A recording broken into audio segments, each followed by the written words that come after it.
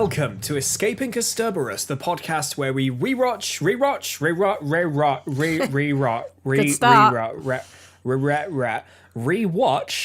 I did this last week. I said rewatch. There was a little bit of an R in there, and I left it in, but that time it was fully there. Rewatch, reminisce, and review everything Doctor Who from 2005 to present. My name is Rich, and I'm joined by someone who very much would spend 5,000 credits to get to the buffet. It's Amy. Oh yes. I mean, I was there thinking like I was either going for that or something about I'd like still shagging David Tennant even if you were a ghost or something. I mean. But that I felt like the simping would be too obvious, and there's a very obvious buffet joke to be made. Therefore, It's going to be the buffet joke. It's the buffet. It's always a buffet. If you ever want to know a way to Amy's heart, it's through a buffet. I think we've literally said this. I said if you ever, I think I remember this very clearly. I said if you're ever dating Amy, which I hope you're not, that's how you get to her heart is via the buffet. So it must have been off. It must have been on previously on because I introduced you as like through the line of every buffet we see or something like that. Oh, probably. Through life, through love, and through the line of every buffet we see. Wow. Which is right soppy and rubbish. Yeah, but it's true. It's a time to be soppy because by the time you're listening to this, it's going to be the edge of Christmas. Merry Christmas to you all. Happy holidays if you're not celebrating as such. But still, it is the 23rd of December, 2022, because we've actually gone and recorded 2 episodes in successive weeks, Amy. I mean, technically, now, it's literally it's the Christmas. 19th of December. It's literally Christmas for our lovely viewers. Hello to the listeners. future us, and hello to the past viewers. That doesn't Listeners. work. Hello to the past us, and hello to the future viewers. I'm so used to doing YouTube. Listeners is always the second term I come to. The first one is always viewers. Viewers. Which, it does go out on YouTube. But that you're not watching much apart from a waveform that takes like 3.5 hours to render. You're welcome, YouTube listeners. Yeah. Because the last episode for Utopia Sound of Drums and Last of the Time Warp was 2 hours long. It took about 4.5 hours to render the video version. It was a hefty boy. And that was out of After Effects. If you are an unfortunate soul that has to use the Adobe Suite in any way, shape, or form, especially on the video side, you know how much of an absolute dick bag it can be. And sometimes if you're exporting out of After Effects, because I've got like the particle effects on the surface of what is essentially Gallifrey because it's orange and in the cover art in the artwork, and there's that. There's the particles coming off from that, and then you've got the waveform itself, which in itself has got like a mask on it to make it look like great, like vignetted basically, and then obviously that's the waveform is being generated from the audio file. I just plumb into After Effects, which is just the raw export of the podcast. So it takes a while, and if you use Adobe, you'll know that sometimes if you're exporting out of either After Effects or Premiere and you try and use something like Media Encoder, which if you're exporting loads of crap at the same time, which from working on game trailers and you have to do different lengths and different aspect ratios for like Instagram and adverts in between Instagram stories and Snapchat and stuff, you have to do a lot. Having something like Media Encoder is great because you can just list them all off and just tell it to go and it will do them all in one go. It's great until it doesn't want to work because Media Encoder, trying to export last week's podcast out of Media Encoder was going to take 20 hours. And that ain't happening. Because it just decides, you know what? I don't know. After Effects is going to take 3 hours. I'm going to take 20. Because screw you, apparently. Well, so why not, hey? You're welcome. And I've completely forgotten where I was going with this point. Basically, I genuinely don't remember. I think you were just saying, hi, welcome back. Yeah, Merry Christmas. We've actually done 2 podcasts in a row. Yeah. It's brilliant. So it's Christmas 2022, and I think it's the first time that our review of a Christmas special has aligned with the holiday season. Because today we're talking about Voyage of the Damned, which aired on the 25th of December 2007. And while I said we're going to start Series 4 in January, technically we've started Series 4 now. Yeah, because the Christmas special is technically part of the next series along. So, hello, Series 4, I suppose. And let's kick things off. I'm going to kick things off with a question. Okay. Right? Straight away. It's from John. And it was a point I was going to mention anyway, because we mentioned it while we were watching. John asks, a simple one. Do you like the new opening and closing theme? Oh, yes. All right, Churchill. I just thought that was... It is stunning. Like, I'd forgotten how different it actually was compared to like the last season or two, because the last season was the one I remembered most. And this one just gave it that extra oomph, that extra little something, and it just makes it 10 times better. I did a video for Who Culture back in the day, and it was like every theme or every intro ranked. I think it was every intro ranked. I'm gonna have to check this now. I think it was intro. That would make sense, because even in the same like Doctor's series, you don't have the same intro, do you? No, not always. It's every title sequence. Yeah. And I got a bit of ire for my number one pick, which was the series 4 version. It's so good. I mean, technically, it was the 9th and 10th Doctors overall. Like, it was just that first 4 years of Who, at least of New Who, that took the gold, because it's the best one. Don't at me. It's 100% the best of Doctor Who intros. I'd say New Who and Classic Who. And I did mention that the series 4 version, the one that's just slightly different, is, as Amy said, like a little bit more energy. A lot more energy, a lot more oomph in it. That made that the best one. And like, so many people were just like, oh, typical Russell T Davies fanboy picks the Russell T Davies era. It's like, I'm sorry, it is objectively the best one. I'm pretty certain that the worst one was, yes, it was the 11th Doctor's 7th series intro. That's because it was awful. They were like, let's get rid of the vortex and replace it with loads of really low resolution PNGs of some galaxies. It's like, great. Whose stupid idea was this? I mean, we're going to get to this, obviously, but like series 6, when they just decided to Instagram filter the intro. Do you remember that? Yeah. It was when Doctor Who was like kicking off on Tumblr and Instagram. This was back when Instagram was in its infancy ish. And it was like, literally just took the series 5 intro and just put Instagram filters on it. Like, even down to, I always think about this when I think of Instagram of that time. Somebody posted on my Instagram feed a screenshot of their iPhone. Right. And it was like, you know, when you get a status message on this is back on like iOS, what would it have been, 6, like before they did the full refresh. Yeah. And it was like one of those pop-ups, but it was like the translucent blue. Yeah. Somebody took a screenshot of that and they did the flipping vignette effect on it. Not the vignette, sorry, the tilt shift effect. Yeah. And I'm like, who the hell tilt shifts a screenshot of UI? And that's literally what they did to the Series 6 intros. Like, who thought that was a good idea? It's like Moffat just turned around and went, I know what, I'm going to filter the GIFs that people are going to make on Tumblr. Yeah, pretty much. I genuinely think that was the inspiration behind it. But yes, in answer to your question, John, and I knew that Amy would agree, yes, we do enjoy the new version of the intro. And it's yes, great. It is the best one of New Who. If you want to question that, you want to disagree, let us know in the comments on YouTube or on Twitter at Casterpod or in the Q&A, which we'll get to a bit later. Yeah, it's the best one. And while we've kicked off with the intro, there's actually another thing that, irrelevant to the main point of the podcast, we need to talk about. And that is, one, can Tom Baker please stop trending on Twitter, because he's trended like twice in the last sort of 3 or 4 days, and both times thinking he's dead. Both times you think he's dead. One time was because it was his birthday. The second time is because it was like, oh, Tom Baker's great. It's like, can you stop? I mean, yes, he is, but can you stop doing this? Because when you see trending Tom Baker with no context, doesn't say like in the United Kingdom or X number of tweets, it just says trending Tom Baker. It's like, oh dear, he's dead. Please don't. But no, the main thing we need to talk about, very quickly, Shooty Gatwa's Doctor costume has been revealed. Oh my god, it's so good. And if you haven't seen it, head over to Doctor Who on literally any social platform, even YouTube. They've gone absolutely crazy, because of course they have. Basically, he's wearing like it's sort of like a brown... Yeah, brown tweedy looking, like not check, not tartan, but that kind of pattern. It's tweed. Jacket and trousers and like brown. They look like brown brogue boots. And I think it's on purpose because he's half Scottish, is he not?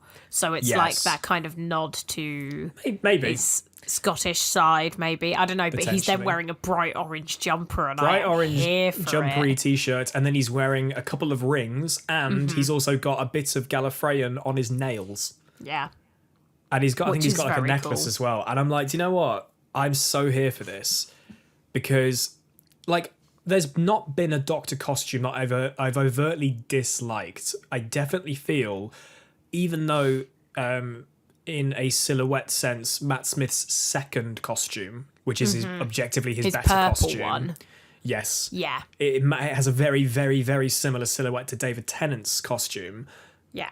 But his original costume did feel a bit thrown together. And I know contextually he just nicked a bunch of clothes from that hospital in the 11th hour, and but so, not the point. Like, it's a bit boring, but I am super here for Shooty's costume. Oh, it's so good. I'm so excited. Every time I see something new from the Doctor Who promo, it just reminds me of what it used to be back in the day, and my brain is just like, this is what Doctor Who should be. Like, It's I been am so missing excited out. for you. It's been so overlooked, and the promo has been so rubbish for the last 3 years, and now it's literally like, oh, you want a picture? Bam, here's two. Oh, you want another picture? Bam, here's a video. Oh, you want to see Shooty Gatwa's costume? Here, have a close-up video of his arse walking up to his trailer. Yeah, it's like, here's Millie Gibson and Shooty Gatwa just pissing around in the car park on set in their new costumes. I'm like, this is amazing. I love it so much. I mean, it's the immediate comparison for me is Eccleston, because it's just so simple. It's just literally here's a jumper and a jacket and stuff like that. And because the jumpers are brown, obviously they're going for this very warm, this warm tone. Which I say, because obviously it's orange, is bright orange. It's not really warm. It's a hot tone, but it's kind of dampened by the brown surrounding it. But arguably, you could change that top to whatever you wanted it to be, which is what Eccleston did. I know he has a burgundy jumper in one episode, and he's got a green jumper in another, so maybe they'll play up with that. And in the same way that outfit changes colour, doesn't it, depending on whether he's going got brown forwards or or blue. backwards. You've got Jodie, whose top can change colour. Yeah, the and her stripes jacket stay the same. turn inside out. That's only when she's like portraying evil Jodie, which I really like that costume. But yeah, it feels less like, because Jodie's costume felt like a costume. Mm-hmm. Whereas Shooty's, it is, but it feels like almost, an outfit. It doesn't feel like it as much. So yeah, I'm really here for it, as is Amy. Roll on RTD2. Yeah. Very But at present, excited. we're talking about RTD1, which is Voyage of the Damned, when David Tennant's TARDIS gets twatted with the Titanic, as you do.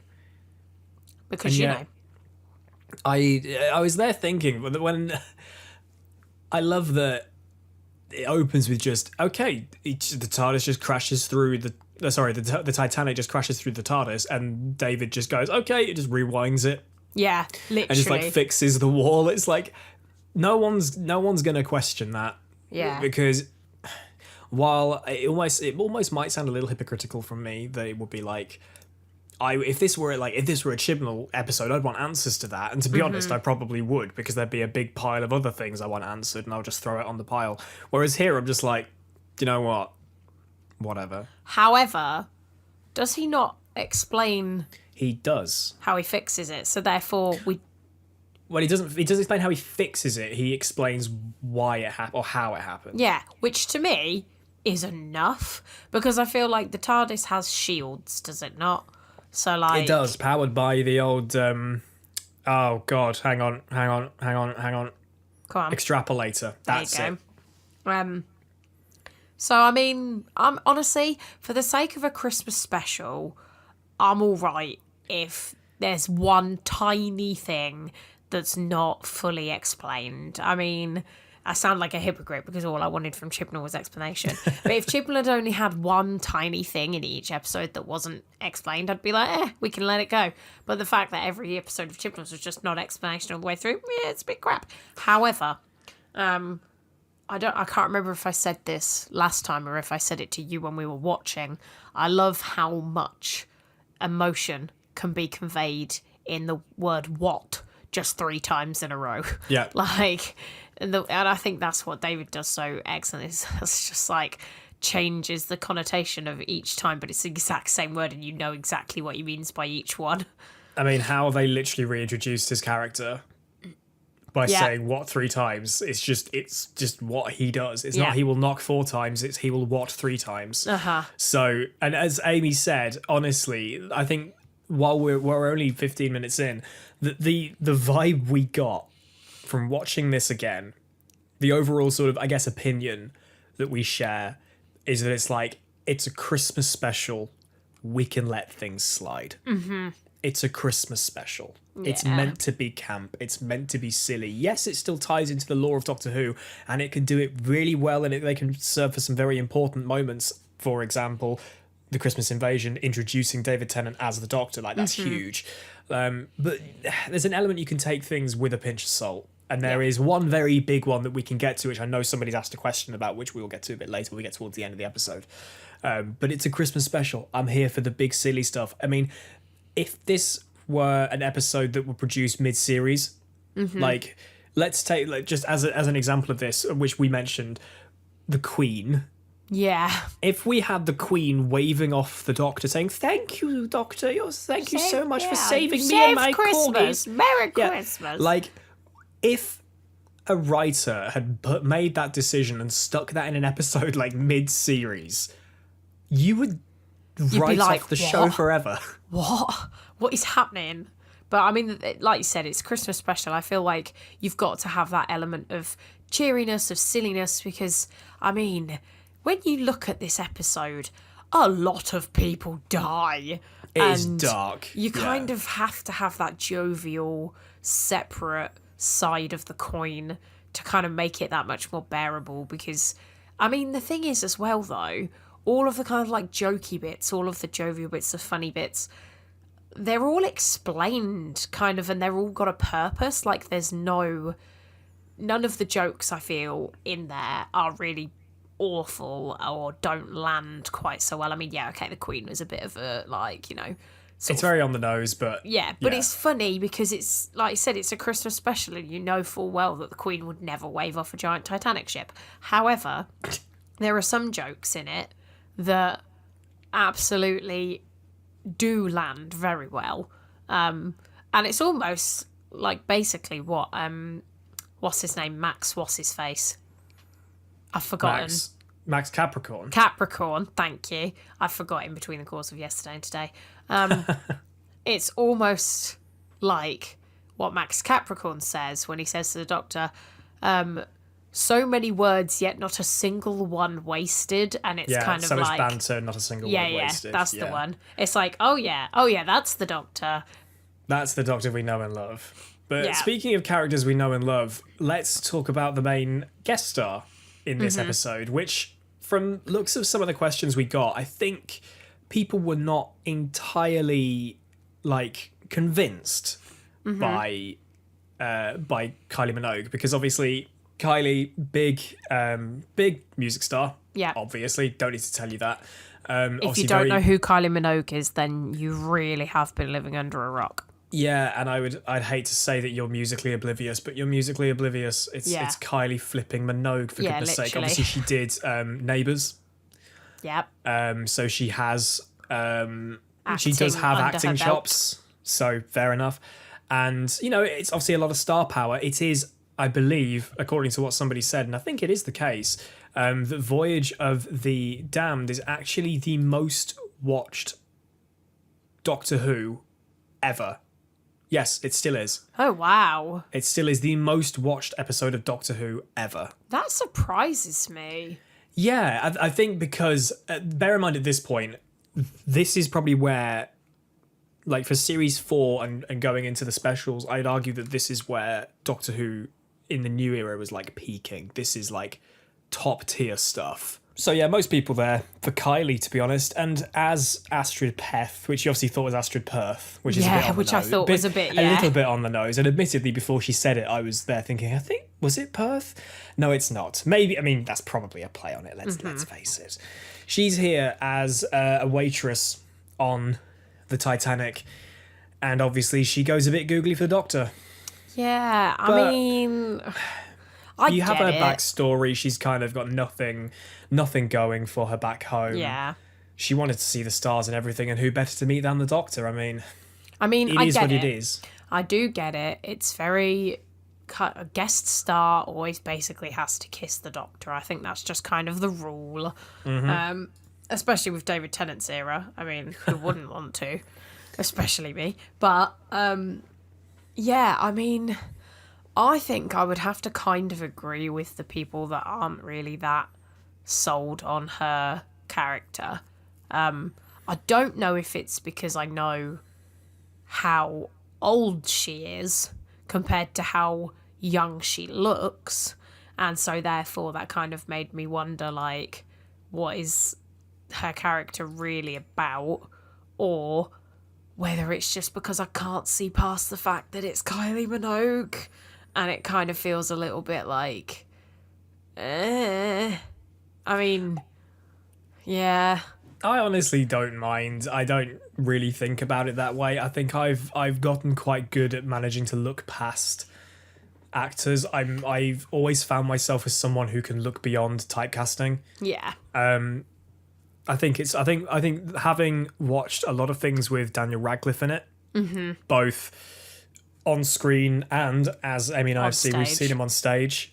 He did a play called Rosencrantz and Guildenstern are Dead. I feel like we've mentioned this on the podcast before. Probably. I've also seen him on Broadway. You've also seen him on Broadway. You bitch. I hate you. You're welcome. And it's like, he's so good. He's such a good actor. And I think I am past the point of just seeing him as Harry Potter. I always feel that if you're always going to compare him to Harry Potter, I'm like, you're not appreciating the range that he actually has. Appreciate him as an actor, because he is more than Potter. And that goes the same for a lot of people. You know, there are some characters or some actors who, you know, really can't play other roles. Like, they're so blatantly that character. It's kind of tough. I mean, I love the guy to pieces, but Terry Crews, he's the same bloke in everything you see him in. Terry Crews is Terry Crews, and I think that's just kind of part of the gimmick now. But that is part of his gimmick, you're right. But there is still that element, and I think more people see characters or actors playing the same person. So, and I don't consider as a parallel Daniel Radcliffe in that same thing.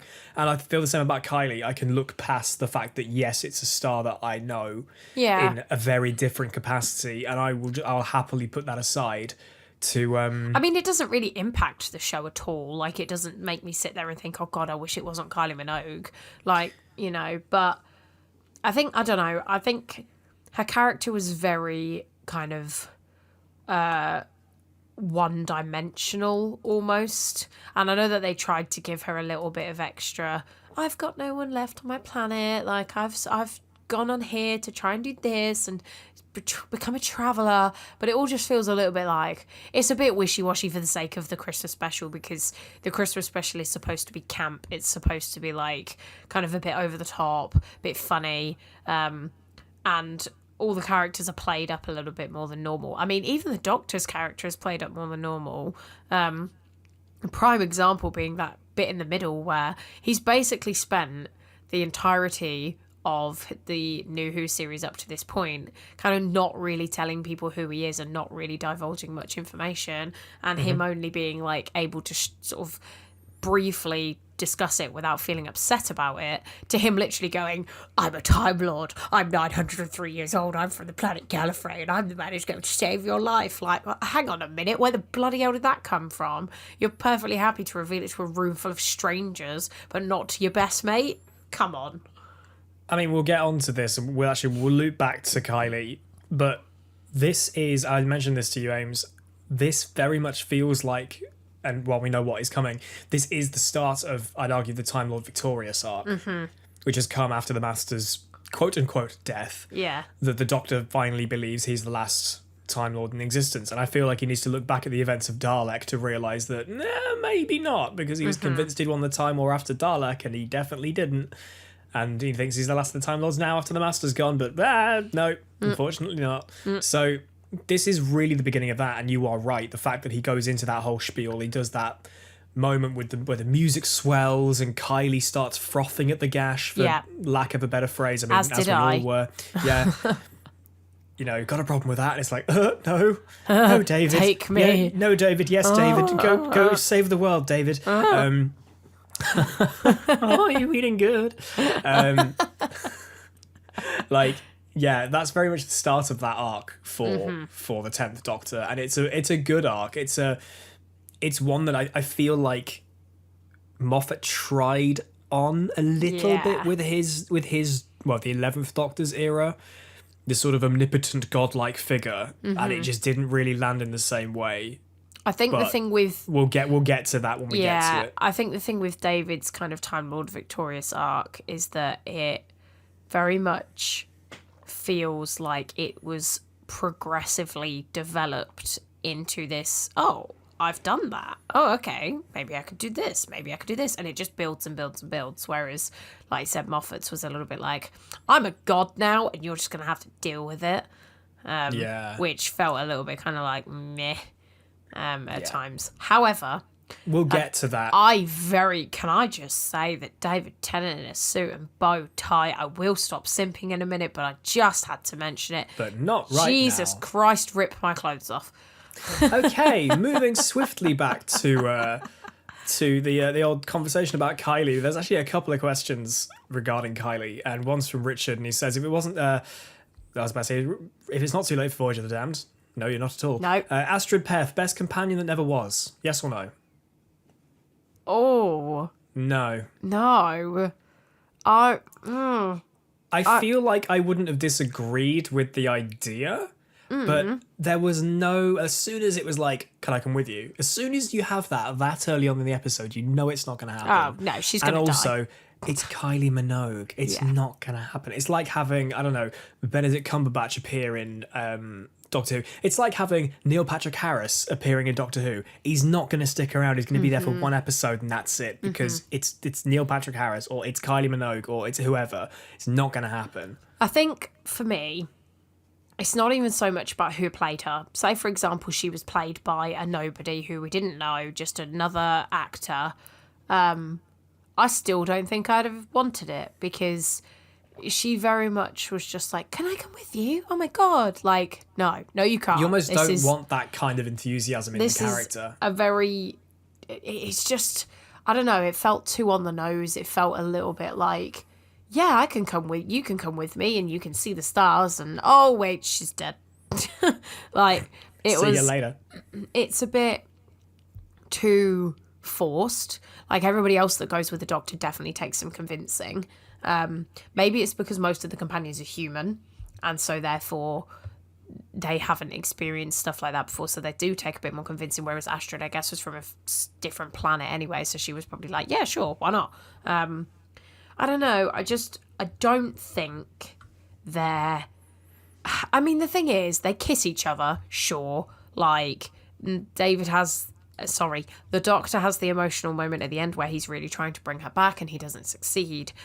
But I don't feel like the kiss was the same kind of kiss as you would get from, say, the one with Rose, or the one that Martha so desperately desired but never got. Or did she kiss him? Did Martha kiss him? Does Martha kiss the Doctor? She does, doesn't she? Right in the first episode. Yeah. Well, that's what I thought. But the emotional kiss between Astrid and the Doctor just didn't have that same weight for me. It was very much like, oh, it's an old tradition. Here, have a kiss. Oh, okay, we'll just, yeah, sure, we'll just kiss each other. Cool. There was no, like, emotional gravitas to it. And I feel like, yeah, the music swells. It makes you feel a little bit emotional. But honestly, it was a one-time fling. It was never meant to be. Kind of not really my choice for a companion.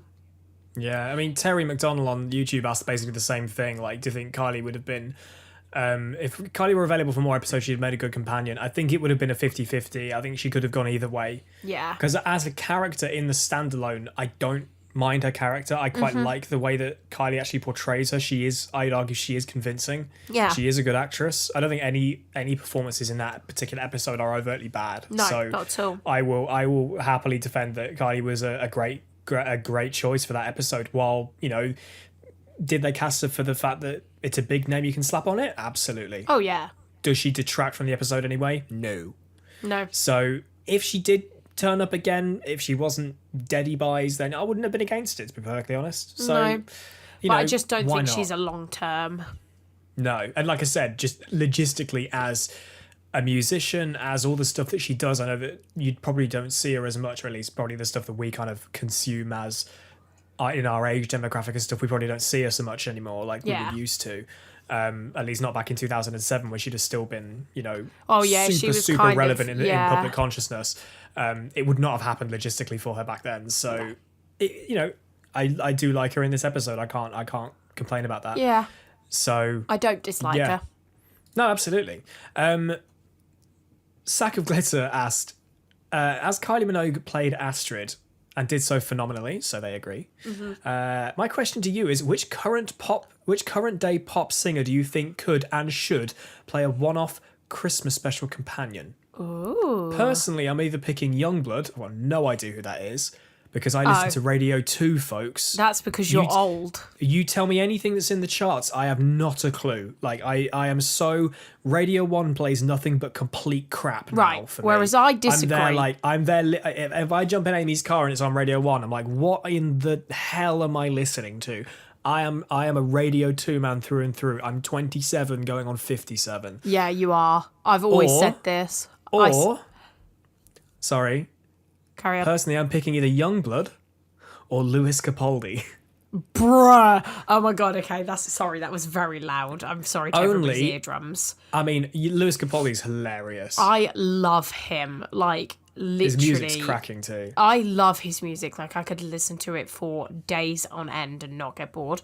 But he is just the absolute pinnacle of not giving a crap and using it to your advantage, because he is not good looking, really. I mean, he might be to some people, but he knows it, and he runs with it. He's not like playing on the fact that he's attractive. He's not playing on the fact that he's thin or that he's got muscles. He's literally just like, look, I am a pretty average, very average looking guy in my underwear on a billboard, and you're all just going to have to deal with it to promote my new single. Oh, whoops, the Queen's dead. Time to remove all of that.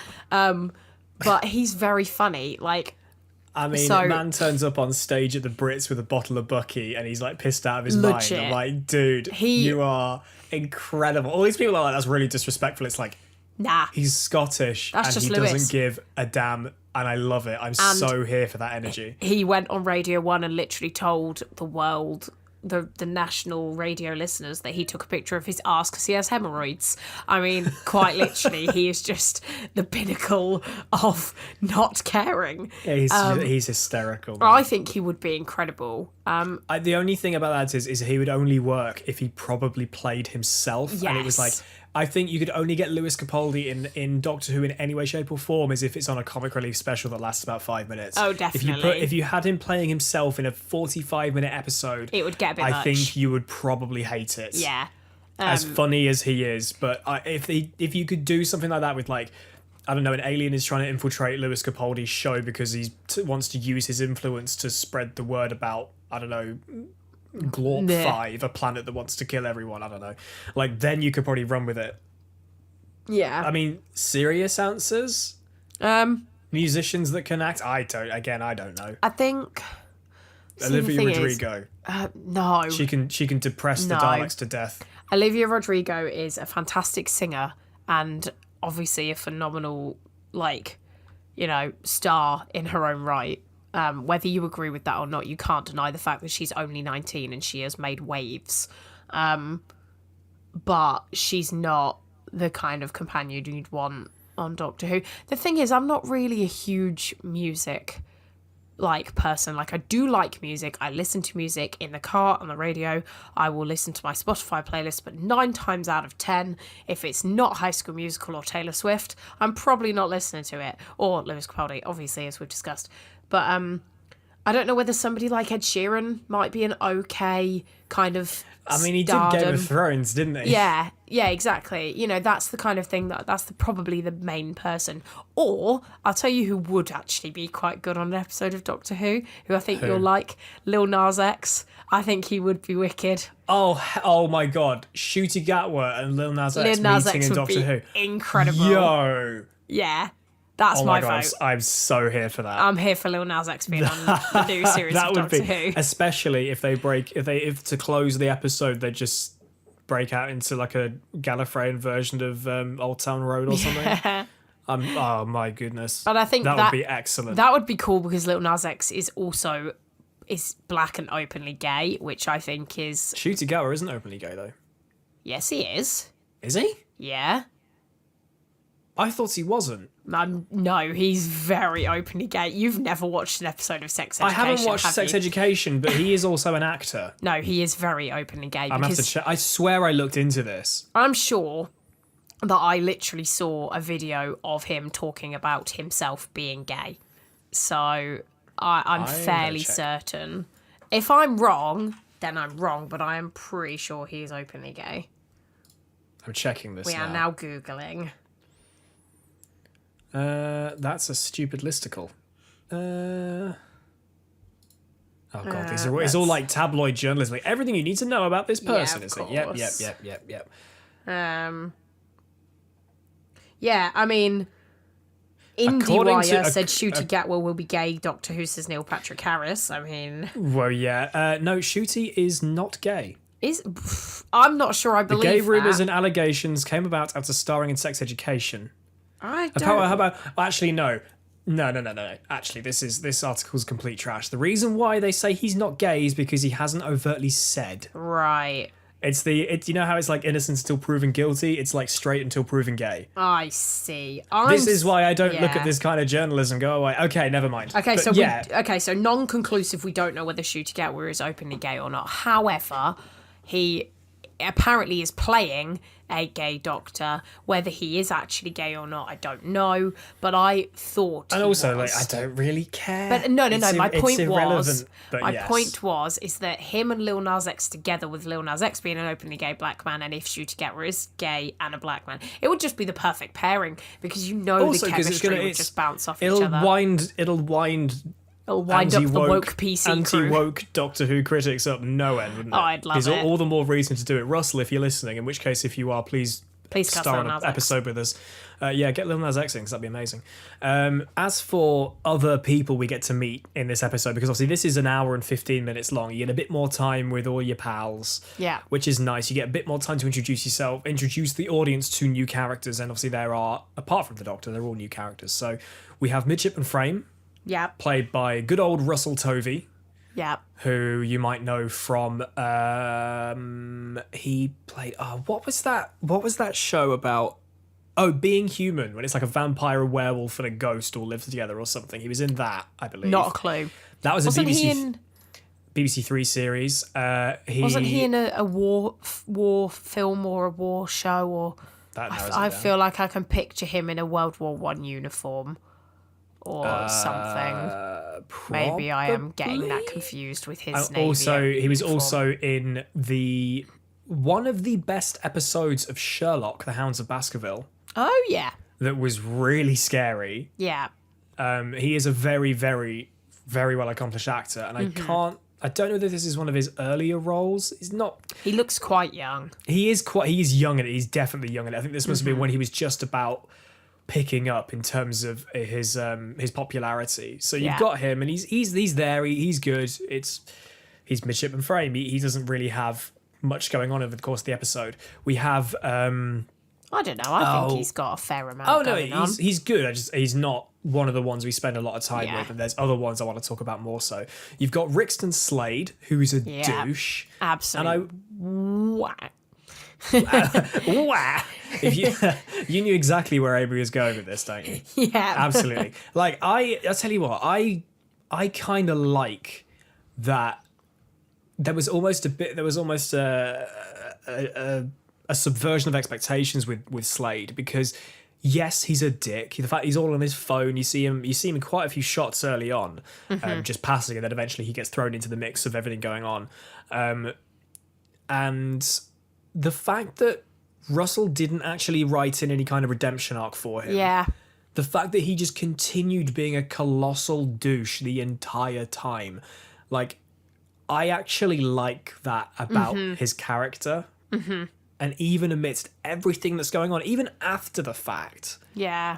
He's still like, continues I'm to be an sticking arsehole. to my story, I'm a dickhead. Yeah, which is fair. I mean, because the thing is, it probably takes a lot more than something like that to break someone's character in real life. And I think that was probably quite well explored because, yeah, you had the douche criticising the overweight nice couple, and obviously the overweight nice couple are the ones who die, which, you know, sucks a little bit.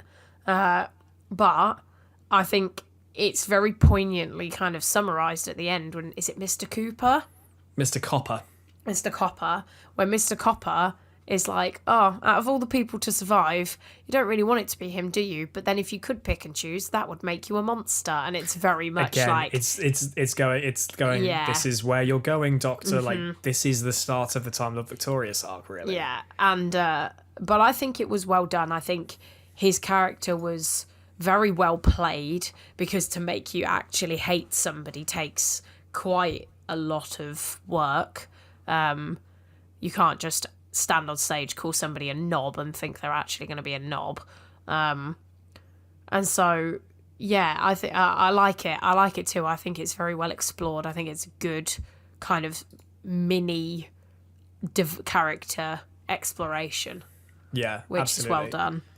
And also you've got Mr. Copper, who is played by, let me double check, Clive Swift. I knew his name does ring a bell. I knew it. I'd known it. I can't remember what it was. But Clive Swift obviously plays Mr. Copper, who's this really lovable sort of semi-daft, more like misled old man, escaping retirement and almost the feds by getting a Billy Bob degree in earthonomics and chatting up loads of rubbish, some really good little monologues about what he perceives Earth to be. And also he has his whole, like, he's just this lovable old character that it would have been absolutely devastating if he died. I think it would also have been the easy route in the same vein of making what's his face? I've already forgotten his name. Slade remain a dick and not kill off the old guy. At least let him survive. At least give him the happy ending he wanted of being able to retire. Give himself $1 million to play with, and he has that really lovely bless him. Unfortunately, Clive Swift is no longer with us. Unfortunately, he passed away a couple of years ago. But he's just a lovely character. Like, you can't help but love him, and I love the fact that he just properly, when Slade is being a douche, he just turns around and he's like, dude, shut up. Like, not as overtly as the Doctor is, but he's like, oh, Slade, did you get that last thing? And he was like, what? Shut up. Yeah, that's so funny. When Ten has got no time for you, he will let you know. Mr. Copper is that same kind of character that you gotta love him. Like, he's such a nice character, and the fact he gets his happy ending is lovely. And the fact that, as you say, he gets to deliver that line to the Doctor about being a monster if he gets to choose what level dies. But it is not his first foray into Doctor Who. Because back in 1985, he played a character called, I think it was Jobel. Right. I need to check this. Yes, Jobel, Professor Jobel, on Tranquil Repose, which is a planet, it's a planet that's basically a giant funeral home. Yeah. Which is also where Davros is making Daleks out of the dead. Oh no. It's basically the second part of the Dalek Civil War arc that started in Resurrection of the Daleks and finishes in Remembrance of the Daleks. Bang in the middle with the Sixth Doctor, and he plays this very obnoxious scientist. And there's this woman who's very much in love with him, and he's got zero time for her. And rather than getting exterminated by the Daleks, she goes and stabs him with a big syringe. Oof. It's actually, I say it's quite graphic. It's not graphic at all. But it's like, oh, okay, that's the thing. So she kills Jobel, and then she gets exterminated herself. So that's fun. Good. But yeah, he was in Doctor Who back in the 80s as well. Nice. Which when I found out that little tidbit, and it was like, when you hear his voice, it's like, it's so obvious. Yeah. And Revelation is not an episode I've shown you yet. No. So you'll be able to spot him in a crowd, that's for certain. Oh, yeah, I don't doubt that. Pretty certain he's got very bright ginger hair and a toupee or something like that. Anyway, bless him. But out of that gang, you've also got Banakafalata. I love Banakafalata. You can't forget his name. He looks like a little conker. What was it? Yeah. Man's a conker. And I think I need to remember what his actors, Jimmy V, that's it, because he's appeared in tons of Doctor Who. He's also the replacement actor for R2D2 as well. Oh, After the fair original enough. R2D2 actor Kenny Baker died. But he's done a bunch of stuff across, film and TV. Doctor Who quite a few times. He's the Mox of Balhoun. Yes, I did He's think the- I recognised yeah. the voice a little bit, yeah. The Space Pig. He's the Grask. He's the Banner Cafalata. He's also the Scovox Blitzer. Oh, Do you remember what the Scovox Blitzer is? no. I didn't think you would. I haven't got a clue. Do you remember the weird metal owl in The Caretaker, the Peter Capaldi story where he becomes the caretaker at Coal Hill? No. No, I didn't think so. No, It was I'm not going to lie. a pretty forgettable The episode, to be honest. entirety of Peter Capaldi's era is basically a blur for me. I'm sorry. Nah, it's all right. But so you got Banner Cafalata, who's a cyborg and sacrifices himself. Yeah, okay, sure. Yeah. It's not that hard hitting. However, But him and Astrid did get engaged. They did indeed. The Conker Boy wanted a slice of Kylie. I mean, I don't blame him. Can't say I blame him.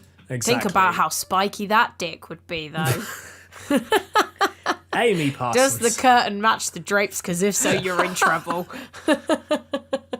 Oh no, it's the curtain. Does the carpet match the curtains? The curtains and the drapes are the same thing. But you go on it, man. I just had a horror. I was thinking, can I make a joke about like a conker thing, like a conker tournament he had at school? But then it would also mean an alien whipping his dick out in a school, which is probably not the best idea. No. Moving swiftly on, let's talk about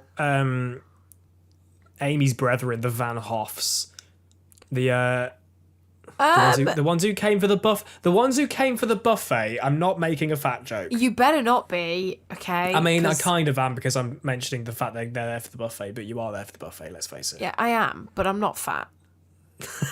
Anyway, Can we just? so we've got the Van Hoffs. You've got Foon, which is just such an amazing name. Foon, Foon and Morvin.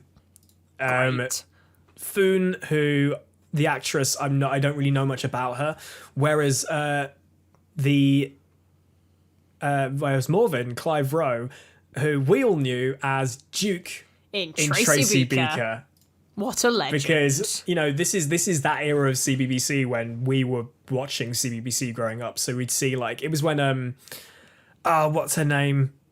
I don't know. Tracy Beaker's sort of guardian she's in Passing of the Ways. Yeah, I know. Is it the what's Indian she- woman? No. Yeah, she Yeah, is, but I it can't remember what is. she's called. No, I can't either. Is it Elaine the Pain? Yeah, that's her name in the TV show. That's but I can't that's remember what the I was looking actor. for. Yeah. Oh. So we've got Duke from Tracy Beaker in here, and you've got these two who the fact that all of the other guests are taking the piss and told him it was fancy dress and all this sort of thing. Her and they're all there. her actor's name is Nisha Nayar. There we go. There you go. You've got the characters taking the piss, and David obviously is like, do you know what? I'm not here for this. I wouldn't associate myself with those kind of people. And he sprays them in champagne. Love it. And he happily eats a buffalo wing. I don't know that for some reason for the Doctor that seems odd. Yeah, you never I really don't- I see him don't know. eating. No, unless it's chips. Chips Yeah. under a bridge or in a warehouse or something. And yet, chips. when Morvin offers him a buffalo wing, he's like, yeah, sure, whatever. I don't know why that just seems weirdly out of character for the Again, Doctor. it's the Christmas special. He can Yeah. kind of be who he wants to be. I mean, he's just recently come off back of losing, Martha, and now he's probably just thinking, do you know what? I've crashed into the Titanic. I'm on a ship that I shouldn't be on. There's food I haven't paid for. Why not? Let's just go I'll ahead have a and buffalo eat. wing. Yeah, I'll why take some not? I'll take some buffalo wings right now. To be fair, I am hungry. And yeah, so this is where I think, because obviously Russell wrote this episode with how you can kind of relate to Morvin and Foon because they are arguably working class. 5,000 Yeah. credits for them. If you look at it this way, that £1 million is 5 million credits. 5,000 credits is £1,000. By and large, 5 to 1 Yeah. ish. Yeah. Sure. Imagine My that maths you've is got terrible. Yeah, you've got Foon and Morvin who are £1,000, 5,000 Yeah. credits for the thing. £1,000 is going to cripple them.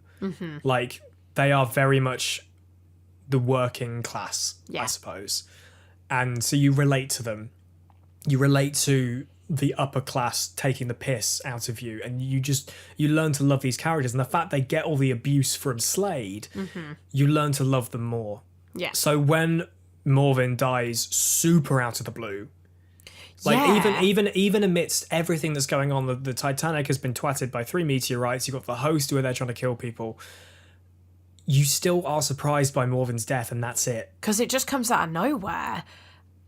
And I think it's very much that instant moment of him just going, oh, blah, and then he just falls off the railing, and you're literally like, hang on, I didn't even get 2 seconds to know this guy, really, before he dies. And all we know is that he's proud of himself, he loves his wife to pieces, and he just dies.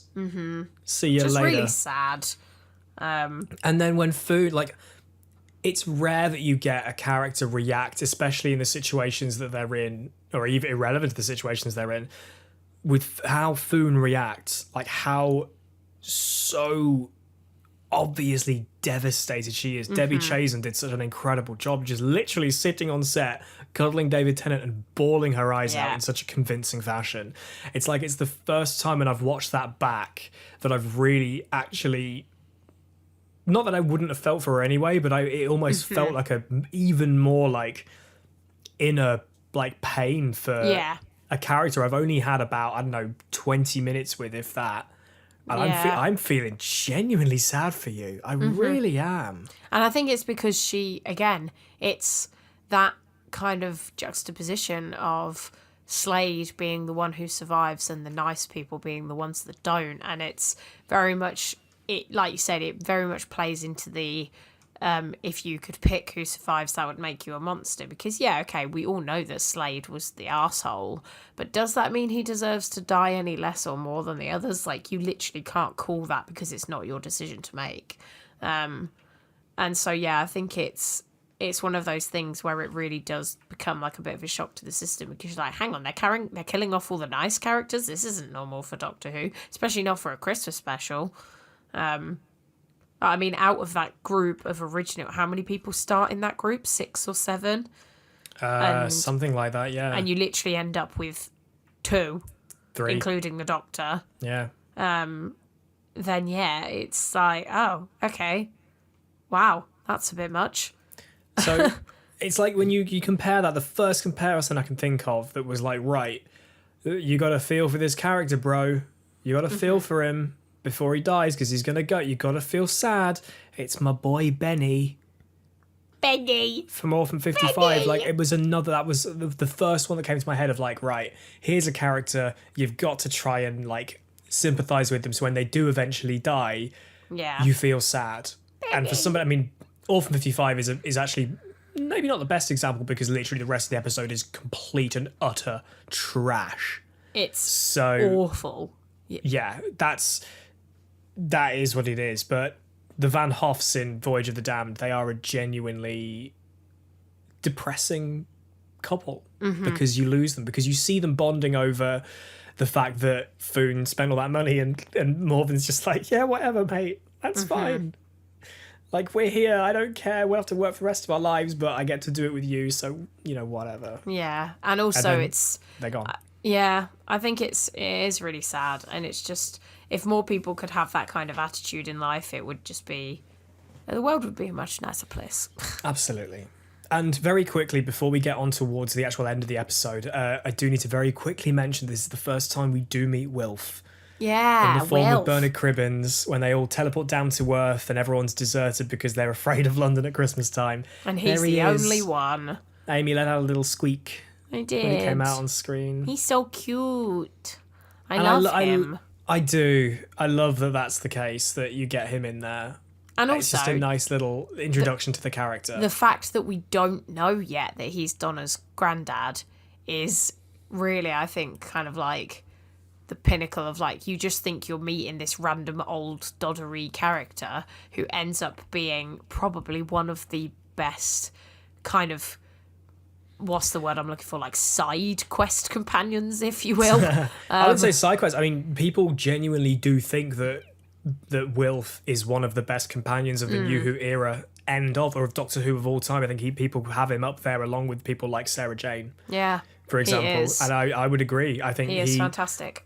we will get obviously through Bernard Cribbins more so once we go through obviously series 4 and into the end of series 4 and the specials. Like we get a lot of time with him, which is lovely. But genuinely, he is everyone's granddad. You know, he was this massively positive, super enthusiastic and passionate actor who played a character that loved his granddaughter, loved his daughter, loved the Doctor and everything. And it's it's amazing to see him. And obviously now that unfortunately Bernard Cribbins has passed away, we still have Wilf. Yeah. And this is our first of thankfully many interactions with the character from this point going on forward. So it was really nice to see him. Yeah. And what a good boy. very good boy. 12 out of 10. Very good boy. 15 out of 10. Yeah, okay. 100 out of 10. He's very good boy. So we get through the ship quite literally. Kylie and co go back up to the bridge or to the main room, and Tennant heads downstairs to find out what's going on. And obviously you've got Max Capricorn as Discount Davros, like very chilling much around so. in his like, I don't know, Faraday cagey looking things. We can nuke the earth and make the board that fired him go to prison. It's a pretty weak, flimsy storyline. Yeah, I mean, I get it, because if you're that kind of money power hungry that he seems to be, and the only thing that matters to you is, well, I'm alive, I can cope, you know, I've got money, I'll beat these people into the dust that wronged me, then yeah, I get it. But I feel like it kind of needed to be a weak storyline for a Christmas special, because there's so much else going on that you almost don't need it to be quite hefty, because we're not introducing a new Doctor like the last ones kind of have been, and we're not introducing a new companion like when the Runaway Bride, and just like it just needed something to kind of pad it out a little bit. And yeah, the idea that it was literally just a guy who wanted money is, yeah, I can see it, but also I can kind of be like, eh. Yeah. I mean, Claire and I appear to be on exactly the same level, because she said that she saw Max as a bit of a Discount Davros. So, yeah, it well is done, Claire. literally. We were thinking the same thing. But she asks, how do you feel about Max being the big bad? Which I know that you've already basically outlined. And honestly, I feel like I'm in the same kind of position. It's the idea of all of this being about money. It's not the most original thing in the world, but in the same way, it was the same for the end game for the Slitheen in Aliens of London World War 3. They just wanted to blow the Earth up and sell it. Like, that was all it was. So yeah, it's not the most interesting of things. I think the way that it's set up is done really well, with the terminally ill captain getting his family a lot of money to deliberately get the ship hit with these meteors, and then wipe out the Earth and everything. I think the setup is really good, but it does feel a little bit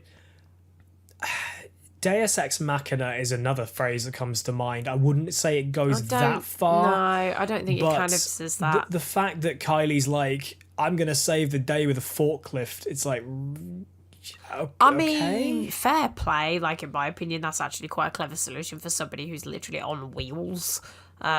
Yeah, but just like the fact that it's an easy way to get rid of the threat is literally just by killing the dude. And also the Doctor wasn't going to do it. And while they're, you know, at the base of one of the funnels where the engines are, you know, fair enough, I suppose. You know, Astrid wants to help the Doctor because she's you know, he's promised her this future, but I don't know whether she's convinced she'll ever see it. And if she feels like she can save this man who is so good and so positive, and arguably that it'd be a worse world without him, I suppose may have been her influence, her motivation for doing what she did. Yeah, just driving the dude off the side and killing herself. And I love the fact that the actor for Max Capricorn had to like cross his eyes when he was screaming. It's just so dumb. So again, so camp, so overacted, we'll put funny. We'll put it in the same column as the Queen waving a flying Titanic and saying "Thank you, Doctor." Like it's very much in that same column. And so yeah, it does end on a bit of an interesting thing, and you get the spectacle of it falling to Earth and reigniting the engines with the entry and so on and so forth. So it ends. It ends how it ends. Yeah, I mean, I'd also. I suppose. It's that bit after Max Capricorn has been pushed off the edge, and the Doctor explains that the the hosts default to the next highest authority, which happened to be me, and then would it though? Also, they all just that bit where they're flying him through the ship was so. I mean, okay, it's 2007. We'll let the CGI go because clearly they spent the budget on the Titanic CGI. Oh, so the Titanic shots and stuff look really good. However, the one thing about it is just that they're literally just like solid as a rock. Like, do you know how strong the Doctor's arms would have to be to hold himself that stiff while they're flying him through the air? That's just not how it goes. So I think that bit could have been maybe framed a little bit better. But I did enjoy the bit where they crash through the ceiling. I do think that's quite cool. That's funny. It's a little way of like doing that, but yeah. So John asks, it says the ending's quite bittersweet. Slade makes his undeserved riches, so Copper gets a Dickensian type ending of an inheritance from the Doctor, kind of, sort of, but like more of the understanding of what money he's got. And he says it feels like quite the cheap resolution to an otherwise downbeat story. Like, does it work for you? And it's like, I think that the fact that, as we said at the start of this, it's a Christmas special. I feel like you can give it a little bit more leeway than you can with other episodes. Yeah. So while the ending isn't as strong, and I know that the line of 10 saying to Astrid, like, you're not falling, you're flying, it is quite sweet. It's bittersweet. It's sweet, but it's also very cringe. Yeah, kissing a ghost, fair enough. Like, I can understand the Doctor being, like, having those kinds of emotions for somebody he's just met, but it almost feels like that line would have hit much better if this were a character he'd spent at least another couple of episodes with. Mm-hmm. So while the ending doesn't necessarily tick every box, I think the build-up to it is a lot better than how the ending pays off. Yeah, maybe. I don't feel wholly unsatisfied by the ending. I think the fact that Mr. Copper gets his happy ending after that kind of brings things back up a level. Yeah, that's with nice. Voyage of the Damned.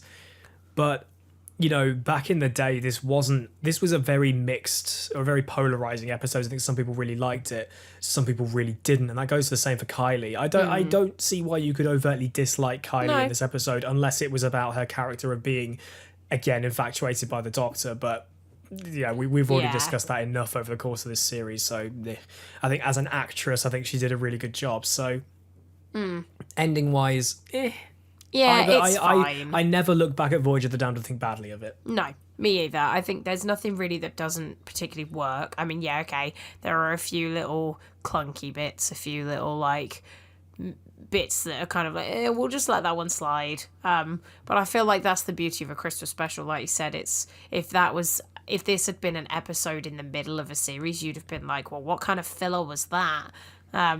But the fact that it's a Christmas special means that they know it's going to be a much more family time. They know that everybody's going to be sat around the TV watching it. Which, by the way, can we talk about the fact that Christmas specials are coming back? Thank you, Russell. Yeah.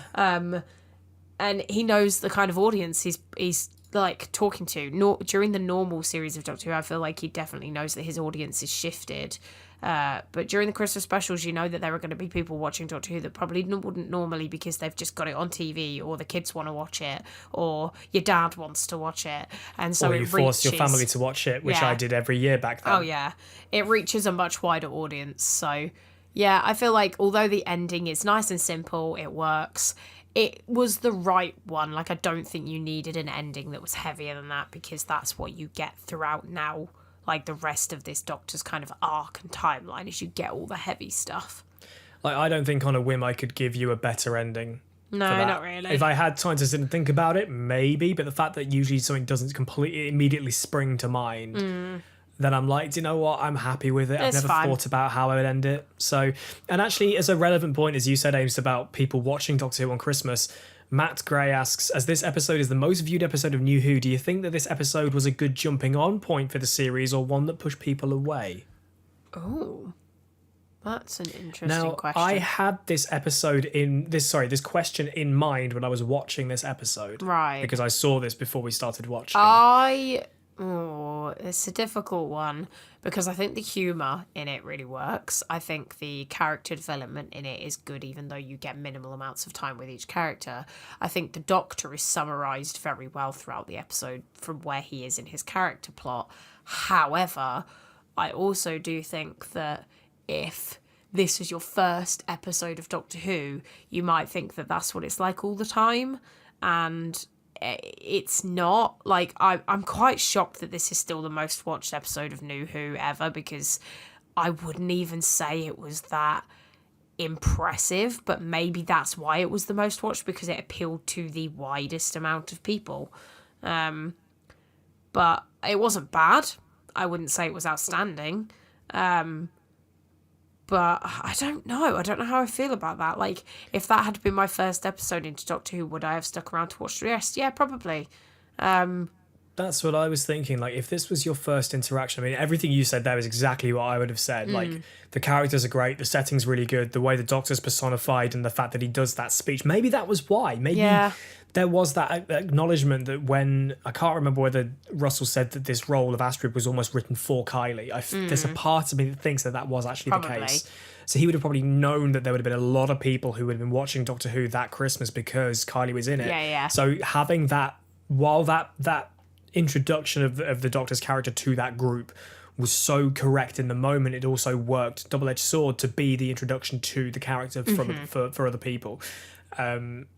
And yeah, but as you say, you know, there was probably more budget thrown into the CGI. The story had a bit more like spectacle because it was a special. Yeah. But again, if you go into something watching a special, usually that would still have the connotation of this isn't going to be exactly how things go. But if you use this as a jumping on point, as as your first episode of Doctor Who you watched and went back to 9 and started there, absolutely. If you continued on from here, you'd be a bit more in the dark. You'd be a bit lost. But if this was your first episode of Who, I wouldn't say it would have overtly pushed people away, because I don't think, if we talk about the episode overall, it's an objectively bad episode. No, it's not. Still enjoyed watching it, even with all the campiness, the things that I probably wouldn't want to do. But like, all in all, yeah, I enjoyed Voyage it. of the Damned, I enjoyed. So that's kind of the vibe that we got from that. There's a couple of things that I want to talk about very quickly. One of these things was a question from Jay that I wanted to mention right at the end for a segue moment. And he asks, do you think more future companions should be introduced into the show before becoming actual companions of the Doctor? Like, for example, Donna with the Runaway Bride, Wilf in Voyage of the Damned, and even Clara, or at least a version of Clara in Asylum of the Daleks. Do you think that should be done more? I don't know, because I think Clara is a different kettle of fish.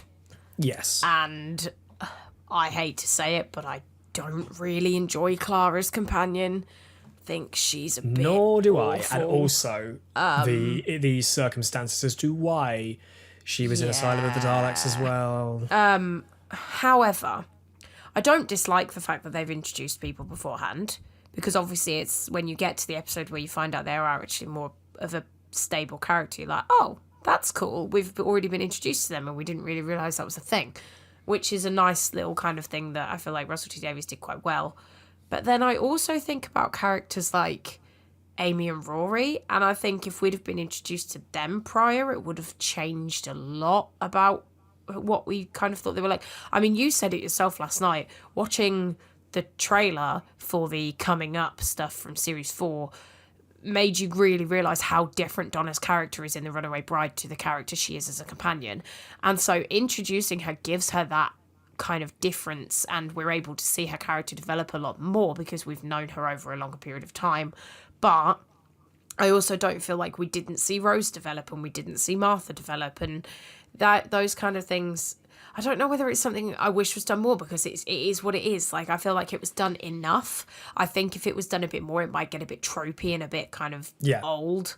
People expect it to be like you're being introduced to somebody new, Yeah. with the likes of Millie Gibson. Never seen her in anything as far as I know. No. Same with Karen Gillan. Not with Catherine Tate. Same with Freema Agyeman. Same with Billie Piper. Like, didn't know anything about what they did.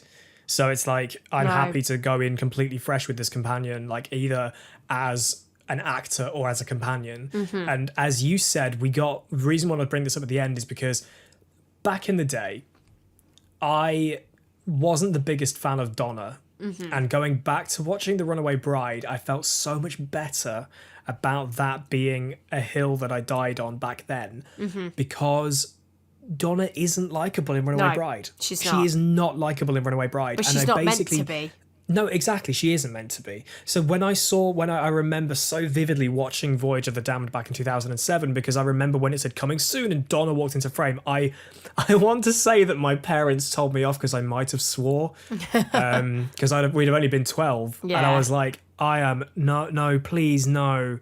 Don't bring Donna back. I was dreading series 4. I was like, it's lazy casting. It's really stupid. I don't like the fact that Donna's been brought back because I did not like her in Runaway Bride. No. But as you said, she has developed as a character. She's excited to see the Doctor when we see her in Partners in Crime, that fantastic scene through the window in the door. Yeah. Like, that's really, really good.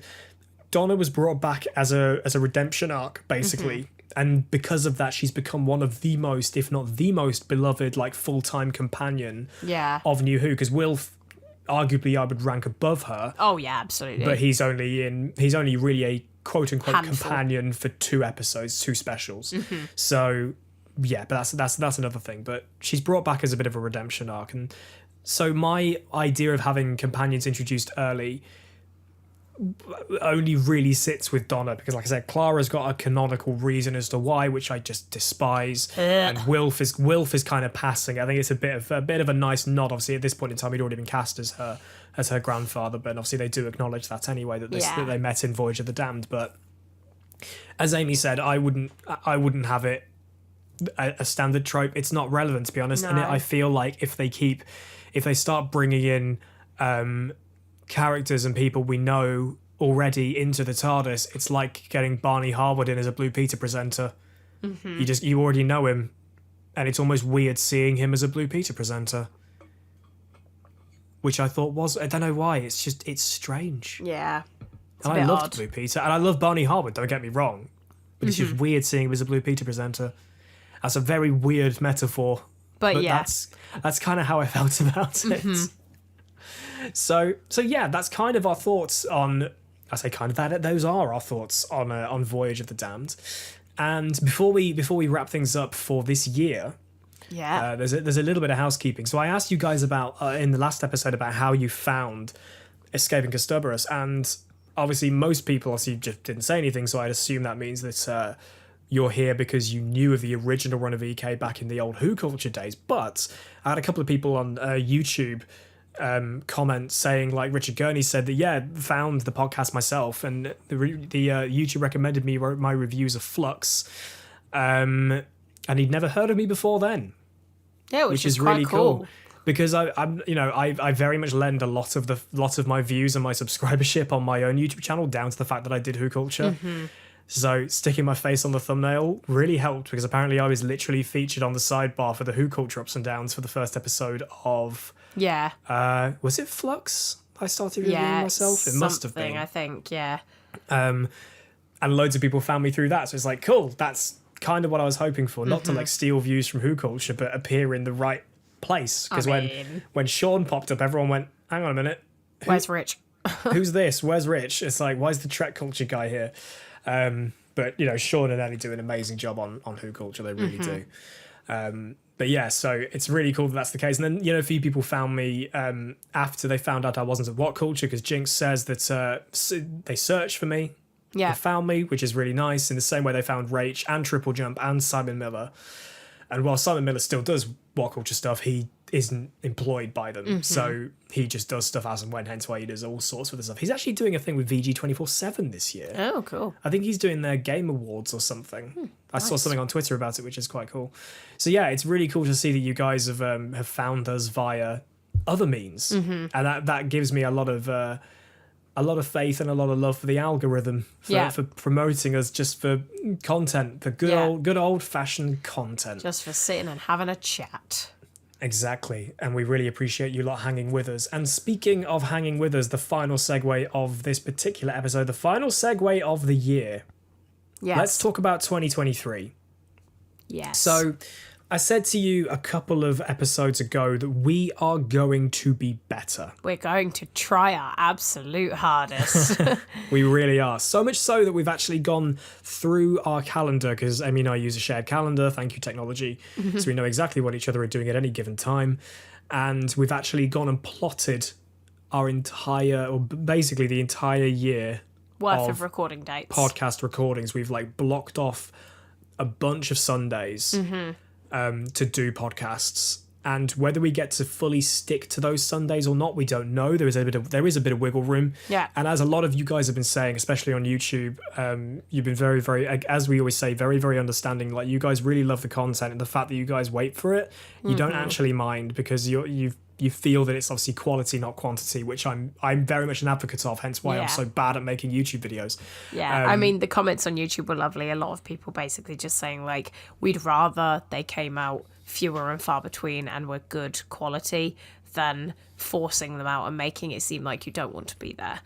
Which was we really appreciated, because, you know, it just proves to us that you guys do still enjoy the content and you do still want to be here for the podcast, which, you know, that's just all anybody wants, is just people to listen. I mean, even if we only got 50 listeners, even if we only got 3 listeners, we'd still do it because we enjoy doing it. But the fact that so many of you were so kind and just saying, like, you know, thank you so much for still creating even though you're busy, it means a lot, as we always say. It really does. I mean, just between YouTube and Anchor, we've had nearly 1,000 listeners on last week's episode in a week, and that isn't currently including. I don't know whether that plays number on Anchor only counts Spotify. I assume it would. Right. Because obviously it's available on Apple and Google Podcasts and Podbean, and I don't know where exactly it's available. I did actually put links on is it on Twitter or is it on Anchor? I don't even remember.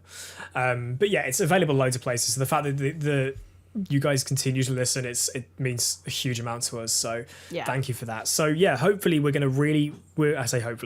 going to make more of an effort next year to properly plan out, because we do the podcast ad hoc, as you can probably tell by how infrequent it has been over the course of this year, but we are going to make a more conscious effort to change that. Because we really do enjoy making it. I know that, I mean, one of the first comments on last week's podcast on YouTube was, when is your Chibnall era review coming out? You said it was going to be like 2 weeks after your episally review, and I was like, well, it was literally the day before I flew out to Florida and I started my new job, and I haven't had the time or the energy to really get my thoughts into words, because the longest part of the process for me is writing the script, and if I'm not in a script writing mood, I ain't doing it, I'm afraid. And the beauty of the podcast is it's all ad lib. We don't take notes during the episode, we just sit and chat rubbish, which is what we do best. And on a production side, because obviously I edit and render and upload the podcast and everything, like, it's so just much much quicker. easier. It's so much quicker. And I like the fact that Amy and I's thoughts are still, as much as we go are and like, I feel that we're good because we are concise and we are coherent, and we are what's the word you're looking for? There you go. I guess in our responses to things and our thoughts on things, and I think it makes for I assume, based on the fact that you guys keep coming back and the the listen numbers are good and the views are good, that, you know, it's a good podcast. So, and it's a format that I much prefer to produce, because we work full-time jobs. You know, you see channels like Who Culture, for example, the most direct comparison you could make with me, and it's like, but they're people making that stuff full-time. I ain't doing that. I'm making trailers for games, so I don't have that time. And I work for the NHS now. Exactly. So it's like, we don't have that same opening, but if you guys like the podcast, we can keep doing it, and we are planning to. So hopefully into the new year, we've got at least, I don't know how far through the calendar we got, but it comfortably got us through the rest of the Tennant era. Because obviously we do have 2-parters in series 4, and we've got all the specials, etc. So that's going to be good. But to wrap things up today, our first episode of the new year, we're going to do something a little bit different. And I said we were going to do this ages and ages and ages ago. After we got through series 3, bit of a weird spot to do it because you'd assume you'd do it after maybe series 4 and after the specials in between Doctors. But the first episode of the new year, we're going to do a Q&A. Just an outright Q&A with me and Amy. But there's a little bit of a twist. This is a Doctor Who podcast, and there are bound to be Doctor Who questions, but we almost don't want you to ask us Doctor Who questions. We want you to ask us anything. Yeah. Because the beauty of this podcast, the beauty of the way that we get to produce stuff now is we can talk about whatever the hell we like, and we love the idea that we want you to get to know us. Like, you know our opinions on Doctor Who. You probably know my opinions on X, Y, and Z because you see me on What Culture videos and Traction videos back in the day. But we genuinely want you to get to know us. We want to be able to get to know you at the same time. Like, if you ask us a question about something, answer it yourself as well, and we'll answer as well. Ask us about, TV shows we like. Ask us about movies, music, games, School. what we like to do, theme parks, Our jobs. why we were bullied at school. Because No. I've got a encyclopedia's worth No. of crap I can tell you. We won't Probably want to not talk that about one. that. But literally, like, as every time I do like an Instagram Q&A and I'm like, I'm on a train, ask me something, ask me anything, everyone's like, Doctor Who questions. what's your favourite companion? What do you think of Rose? I'm like, okay, but this is an open Q&A. So I'm going to flip the script. In a place where it's normally an open Q&A, it's all about Doctor Who. In a place where a Q&A would be about Doctor Who, ask us anything. Yeah, ask and us I mean, really, what colour ask hair us we have if anything. you don't know what we look like. Ask us who's the ugly one out of the two of us. Spoiler, it's definitely Rich.